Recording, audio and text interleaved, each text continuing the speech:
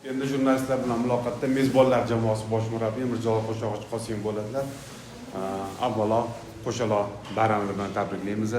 Muqaddas Ramazon oyi kirib kelganligi bilan, yangi mavsum boshlanganligi bilan, o'z-o'zidan bugungi g'alaba bilan.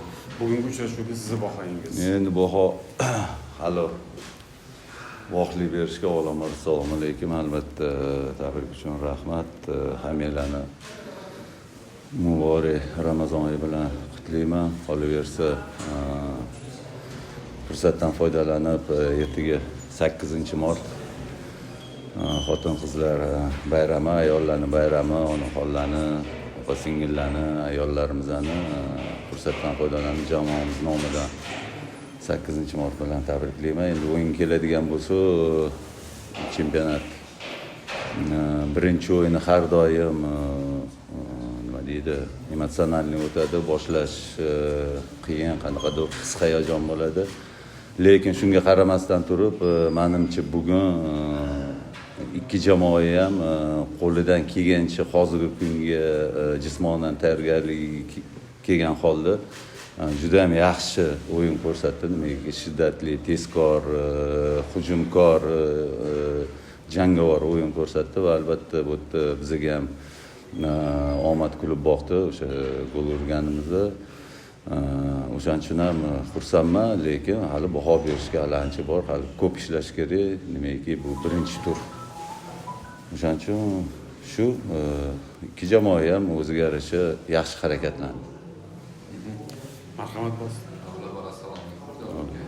Jamoadoshllar g'alabasidan tabriklaymiz. Va o'zbekda o'tganidek, birinchi tur har doim baribir ko'p bo'ladi, emotsional, fizическое состояние. Nima bo'ldingiz, qanchalik Buxoro bugun jamoaga yaxshi qarshilik ko'rsata oldi va oxirgi daqiqada urilgan gol qanchalik adolatli gol deb o'ylaysiz? Chunki Buxoro ham yomon o'ynamadi.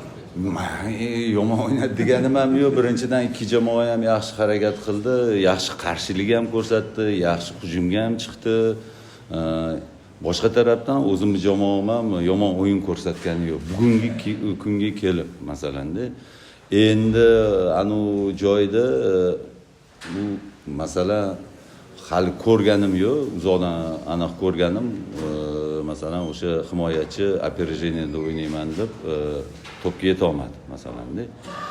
Endi qanchalik adolat, u o'tda o'zini anaqasi bor, ko'rishadi, hamma xato qilishi mumkin. Lekin o'tda xato bo'lmaganlar ham bo'lishi mumkin. Hozir bir narsa deyish qiyin-da.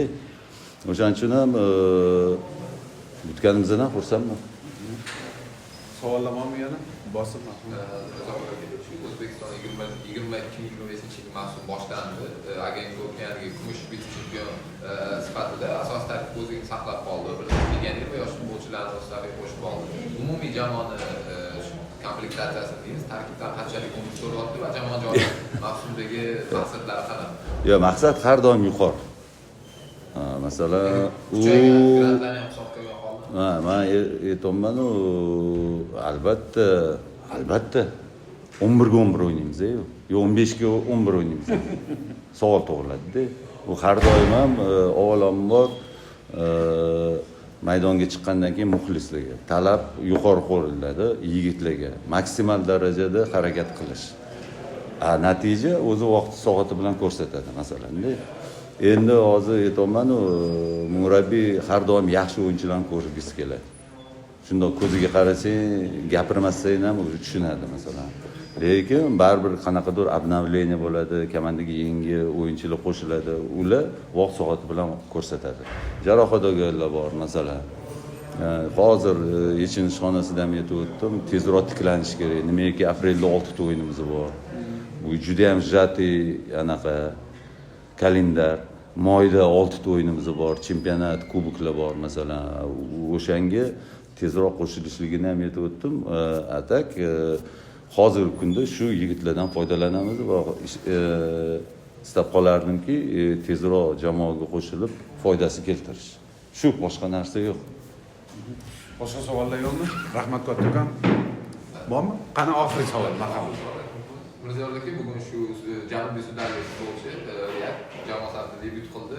Uni o'yindan qanchalik qoniqdingiz? Endi masalan bizga balki yaxshi o'ynagani, Chernov Rabot qilgani ko'rinmaganda, lekin uni o'rniga tushgan Ali Abdurahmonov uni 10 minut o'ynagan bo'lsa, endi u tomonga ketdi. u men buni tishlasam meni sizib qilaydi. Hozir buni pastga urib buni ko'tarmayman. Sababi bu jamoa. Lekin yangi olgan o'yinchimiz ham masalan yaqinda qo'shildi. Biza bilan zbor ham o'tmagan. Shu yig'inlarimizdan keyin mana bir hafta oldin qo'shildi. Bu bilan endi vaqt ko'rsatadi bu narsani.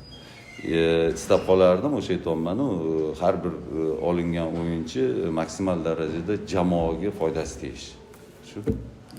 Ana endi tugagan bo'lsa kerak. Rahmat.